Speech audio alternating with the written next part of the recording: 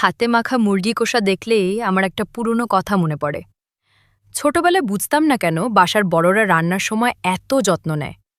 তখন তো মনে হতো রান্না মানে শুধু মশলা আর আগুনের হিসাব। কিন্তু বয়স বাড়ার সাথে সাথে বুঝলাম কিছু রান্নার ভেতরে শুধু স্বাদ না, মানুষের গল্পও লুকিয়ে থাকে।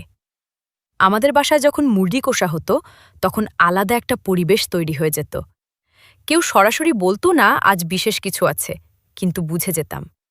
রান্নাঘর থেকে মশলার গন্ধ আসত, আর সেই গন্ধের সাথে মিশে থাকত অপেক্ষা।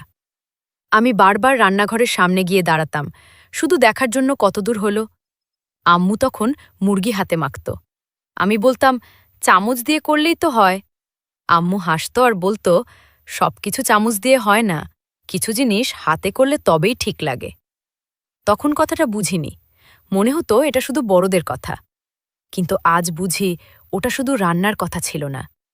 জীবন যত বড় হয়েছে তত বুঝেছি মানুষ আসলে অনেক কিছু হারিয়ে ফেলে। আগে সন্ধ্যা মানেই ছিল সবাই একসাথে থাকা, এখন সবাই ব্যস্ত। কেউ ফোনে, কেউ কাজে, কেউ নিজের চিন্তায়। এক টেবিলে বসেও অনেক সময় আগের মতো গল্প হয় না। জানো, এখনও যখন মুরগি কষা রান্না হয় তখন সেই পুরনো অনুভূতিটা একটু হলেও ফিরে আসে।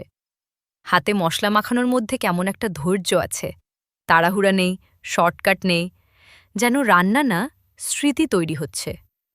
আর আমি মাঝে মাঝে ভাবি, হয়তো এ কারণেই বাসার রান্নার সাথে কোনো হোটেলের রান্নার তুলনা হয় না। হোটেলের খাবার অনেক সুন্দর হতে পারে, দামি হতে পারে, কিন্তু বাসার রান্নায় একটা জিনিস থাকে, মানুষের ছোঁয়া। আর যেই মুরগি কষা বানাতে বানাতে বুঝলাম, আমরা আসলে শুধু খাবার রান্না করি না, আমরা সময় রান্না করি, স্মৃতি রান্না করি, আর অজান্তেই মানুষকে ভালোবাসার একটা ভাষা শিখে যাই। তাই এখন কেউ যদি আমাকে জিজ্ঞেস করে হাতে মাখা মুরগি কষার আলাদা কি আছে, আমি হয়তো রেসিপি বলবো না।